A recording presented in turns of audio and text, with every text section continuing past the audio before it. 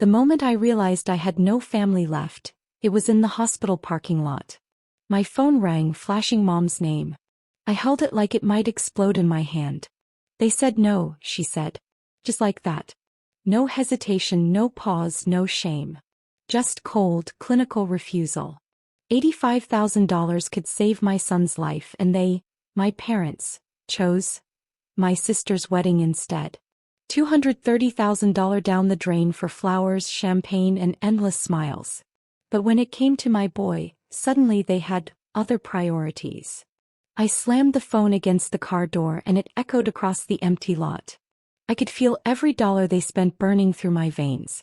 My son's tiny chest rattling in the ICU, wires and monitors blipping around him like some cruel heartbeat I couldn't reach. And my parents? They were sipping champagne, toasting their perfect day, laughing at memories I would never share. My name is Harlow Bennett. And from wherever you're watching this, stay with me. Have you ever been treated like a stranger in your own family? Like someone so easily discarded, you wonder if your entire existence has been a footnote in someone else's fairy tale? That's how I felt, erased in the space of one phone call. I remember walking through the hospital corridors, the smell of antiseptic filling my lungs like it was choking me from the inside out. Nurses walked by with their clipped, polite steps, oblivious to my storm. I felt invisible, but I refused to break. Not yet. Not in front of them. I thought of my son's tiny hands, so fragile, reaching for me even through the tubes. I pressed my forehead against the glass of his incubator, whispering every promise I could think of. "I'll fix this. I'll make it right." But a mother's whisper doesn't pay bills. Doesn't bend reality. Doesn't convince people to care. Then I remembered every time I had asked for help, every time my cries had been met with a shrug, a "we'll see," or a sly smile when my sister got everything I'd been denied. Every dollar for her wedding was a dagger aimed at my chest. Every laugh from my parents was a slap that said, "You are less than, always less than." That night I didn't cry. I sat in my car, staring at the empty streets, lights flickering over asphalt, the world moving like it didn't even notice my broken pieces. And in the quiet, something ignited inside me, a cold, burning promise. If they thought abandoning my son would keep me silent, they were dead wrong. I realized then that family isn't always blood. Sometimes family is fire, the kind that destroys everything in its path before building something stronger from the ashes. And I was ready to burn. I walked away from that hospital, not as a mother broken by betrayal, but as a woman awakening to the power of revenge. And I would make them see. I would make them feel. Because some debts don't die quietly. Some debts demand reckoning. And mine had just begun. They celebrated in a ballroom that glittered like a lie. My parents smiled for the cameras while my son's room smelled of disinfectant and fear. I watched the wedding photos later, Dad beaming beside a towering cake, Mom's hand on my sister's elbow like everything was perfect. And I felt a new temperature inside me, colder than grief, sharper than hurt. It was strategy. I started small because small things hide in plain sight. I called the financial planner my mother trusted and asked casual questions. Open-ended, patient. I learned where the trust funds lived, when the accounts paid out, which law firm handled the wedding contracts. Names are keys. Names let you open doors people assume are locked. My name is Harlow Bennett. And from wherever you're watching this, stay with me. Have you ever watched the people who ruined you celebrate and realized the easiest way to make them uncomfortable is to be calm? So I practiced calm like armor. I drove past their house in the afternoons and didn't shout. I smiled at neighbors, paid for coffee with exact change, and let the world assume I was still the exhausted, polite daughter they remembered. Under that quiet, I mapped them. Every habit, every soft spot, every legal loophole that could sting. I hired a private investigator with my last bit of savings. He smelled of old cigarettes and good instincts. "They're not hiding anything illegal," he said at first, "but they're sloppy. Vanity makes people careless." He handed me a file full of receipts, vendor contracts, and an account statement that made my chest ache. $230,000 itemized like a confession. Floral design, $72,000. Venue, $60,000. Photography, $18,000. The numbers were obscene and precise, an accounting of priorities. I slept with that file under my pillow like a talisman. I learned that my parents had refinanced the house to cover extras, that my sister's savings were a family account, and that the wedding planner had a habit of overbilling vendors and slipping the surplus into miscellaneous pockets. Greed, even when married to glamour, leaves tracks. My son grew weaker, then stronger, then weaker again. Machines hummed like a chorus of judges. The hospital's billing department became another battlefield. I negotiated payment plans, begged for charity care, and watched their eyes slide away when they met mine. People have thresholds for compassion. My parents apparently had theirs set to a different currency. The first move had to be surgical. Public humiliation is cheap and loud. I wanted something quieter, a rearrangement of consequences. I found the charity foundation that handled the hospital's transplant fund and made a donation, anonymously, matching the $85,000 they refused. I watched the foundation's board minutes and donor lists like a hawk. There were rules about donor acknowledgement and naming rights. They could be navigated. But I didn't want to save my son and let them keep their conscience intact. I wanted to expose the ledger of their choices so the world could see which sacrifices were real. So I arranged for a discreet leak, a journalist who handled Family Feud exposés. I sent him the receipts, the account statements, and the details of my son's billing. I didn't write with righteous flourish. I wrote with evidence. When the reporter called for comment, Mom sent me a text, "Come to the brunch. It would be good for the family." Her tone was casual, like a bandaging over a wound. I typed back nothing. I let the invitation stand like bait. That night, as my son slept with tubes and a dreamless face, I sat by his bed and traced the map of the next move. Revenge isn't a single blow. It's a pattern, slow, inevitable, like water wearing down stone. They had chosen spectacle over my child. I would choose truth. The next morning, I placed the receipts in the mail with a single sentence taped to the top. "This is what you bought while my son almost died." Then I watched, quiet as a prayer, as the first ripple left their perfect surface. The first paper folded like a loaded pistol. I watched them unfold it. By morning the receipts were on dozens of screens. A local reporter ran a piece, fact-based, merciless, and it spread like a stain. My parents' name hit timelines. My sister's wedding photos were suddenly headlines underfaded with dollar signs. Comments piled like verdicts. How could they? Unforgivable. Where's their humanity?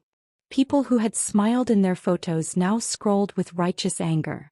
Vanity had a new cost. My name is Harlow Bennett. And from wherever you're watching this, stay with me. Have you ever watched a life you didn't ask for implode in perfect slow motion? That's what public shame does. It rearranges the furniture of a life until nothing sits right anymore. I had not intended to ruin anyone's life. I intended to rearrange priorities.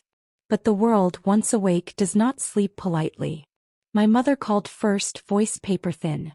"Harlow," she said, as if my name had been weaponized. "This is a misunderstanding. We can explain." Explain what? Explain that lace was more sacred than breath? Explain that cake mattered more than a child? Their lawyer started texting me, formal requests, threats masked as concern. "Cease and desist," one message read. "Legal jargon is a way to say we'll make this expensive for you." I spent the day walking through the city like a ghost who knew she was vital. The private investigator fed me names. Donors embarrassed, vendors subpoenaed, the wedding planner suddenly looking like a small-time money launderer in a glossy dress. The wedding venue, an old manor where my sister had danced in a dress that cost more than my car, started receiving calls from furious patrons. The cake vendor's phone didn't stop. My sister's wedding slideshow, once a warm narrative, now played in the background of 1,000 angry living rooms. But the furious glare that lit my parents' faces was not all triumph. There was panic, primal and combustible. My father, the quiet stoic, started drinking in the daytime. My mother's handwriting trembled on letters she mailed to friends begging them to ignore the stories. Pride fractures in different directions. Some hide, some lash out. They tried to turn it on me. "You leaked private family documents. my sister accused in a voicemail that dripped with wounded entitlement. Her husband, Landon Pierce, a man who'd built a small tech consultancy on charm and connections, texted threats that smelled of lawsuits and reputations. Landon's board started asking questions. Investors do not like scandal. A few board members vanished like the good manners they pretended to have. Meanwhile, my son's little victories returned like tiny suns. He took a step toward recovery, which made every attack sharper and more necessary. I found myself at his bedside more often, whispering about strategy between rounds of monitors and feeding tubes. He didn't know about the headlines. He only knew my face and the cadence of my voice. To him, I was the constancy in a world of masked nurses and unfamiliar beeps. That steadiness mattered. The backlash at the wedding's echo chambers forced my parents into defensive interviews that looked like apologies but tasted like excuses. My mother's eyes in those clips were hollow pearls, beautiful but dead. My father's hands trembled as he adjusted a tie he no longer had the courage to wear. Their friends stopped returning calls. People who had once congratulated them on social media scrubbed their posts clean like guilty hands. And in the middle of all this recalibration, something unexpected flickered. My sister. Not hurt in the way the world expected, but nakedly furious. Not at me, but at being used as an altar for her parents' arrogance. I caught her once, alone on the manor's back steps, staring at the ruined cake, and she looked like someone who'd finally seen the mirror for the first time and didn't like the face. They wanted to make me small. Instead, I made their choices loud. The sound of their world collapsing was not glorious. It was precise, inevitable, and cold. That night I let the papers fall where they would. I sat in the dark and listened to my son breathe, steady, hopeful. Outside, the house that once held celebrations hummed with angry voices and the clink of ice in a glass that could not wash away what had been spent. When the applause for their perfect day turned to whispers of guilt, I felt no joy.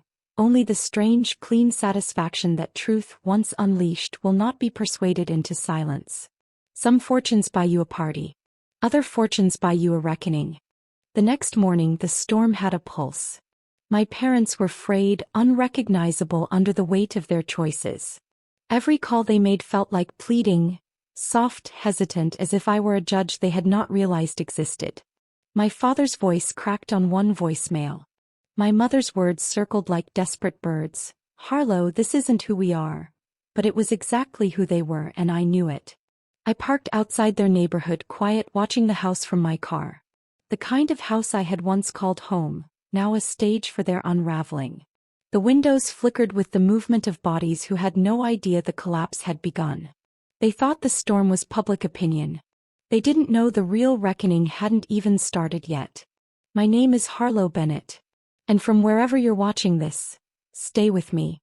Have you ever wanted someone to understand their betrayal without words, without excuses, without distractions? That's where patience comes in. Patience is a scalpel. Patience waits while people bleed from the wounds they themselves inflicted. I had the files, the receipts, the network of truths and whispers. But this time the target wasn't just their pride. It was their comfort, the illusion of control they had spent decades cultivating. I began small, subtle. A few anonymous calls to friends, a hint dropped in social circles, an untraceable email about financial overreach during the wedding. Gossip is slow poison, and it tastes sweeter when delivered invisibly. Then came the first domino that hit closer to home.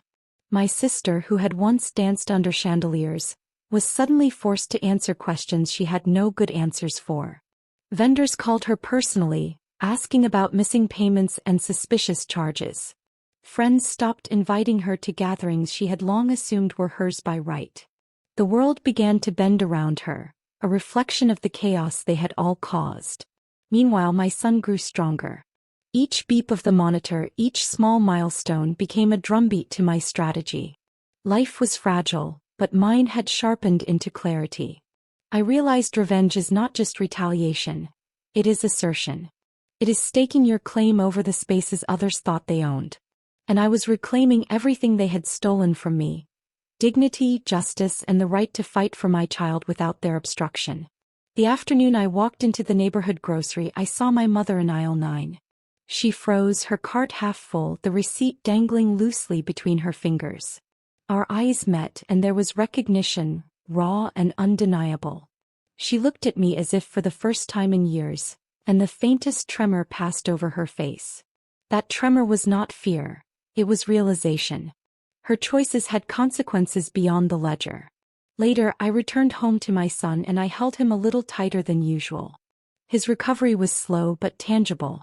And I knew every step forward I took in this campaign, every seed of doubt planted in the people who had turned their backs, was for him.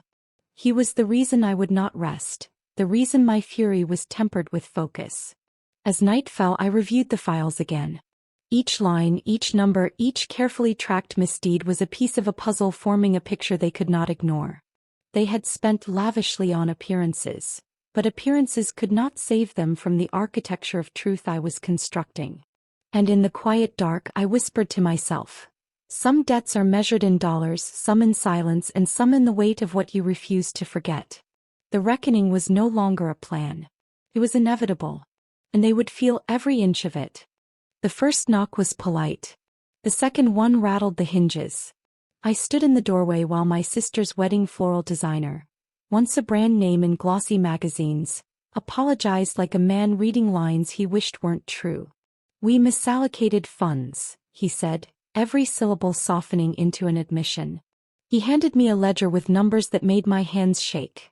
Vendor kickbacks, padded invoices, phantom design fees. The ink looked like confession on paper. My name is Harlow Bennett. And from wherever you're watching this, stay with me.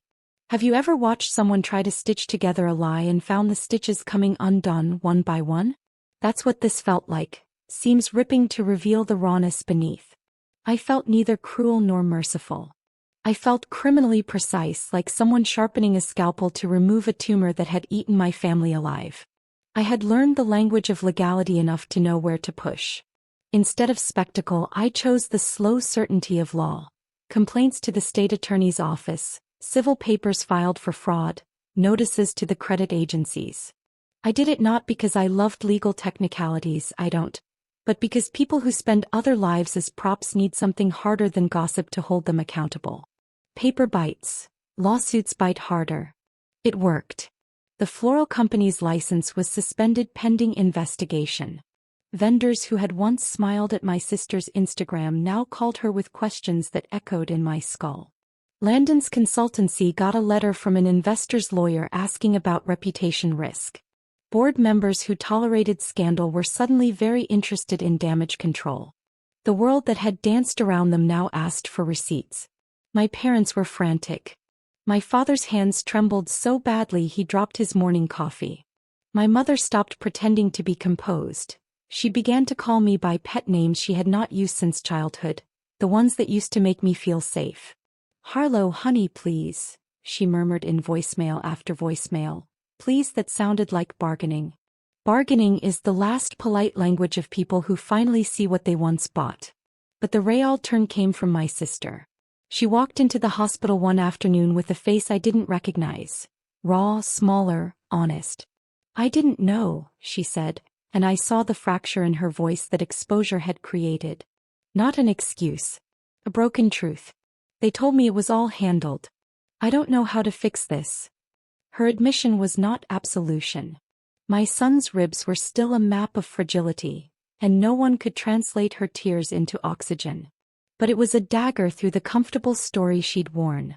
A story where she was the blushing bride, not the co-author of my son's abandonment. I could have used her admission as leverage, weaponized it into humiliation. Instead, I did something stranger. I offered her a choice that would cleave our lives in two ways. She could either step into the light, publicly acknowledge what happened, help make restitution, and learn how to be human in a way she had never been asked to, or she could retreat back into the glittery life and keep the cost of her choices hidden. The choice would tell me what she was made of. She chose the first. It was not heroic in a cinematic way. No dramatic speeches, no tears streamed for cameras. It was quiet and ugly and sincere. She contacted vendors, asked to meet with families affected, and began the awkward work of apology and repair. People are not always the enemy. Sometimes they are the lesson you get too late. Meanwhile, my legal filings began to rearrange more than money. They rearranged trust. The community that had once applauded the wedding started asking hard questions at PTA meetings and charity boards. Friends who had never learned to look beyond the surface now tried to scrub the dirt from their hands. At night, when the hospital lights dimmed and my son slept with the soft, steady breathing of a fighter, I felt the weight of what I'd done settle onto me.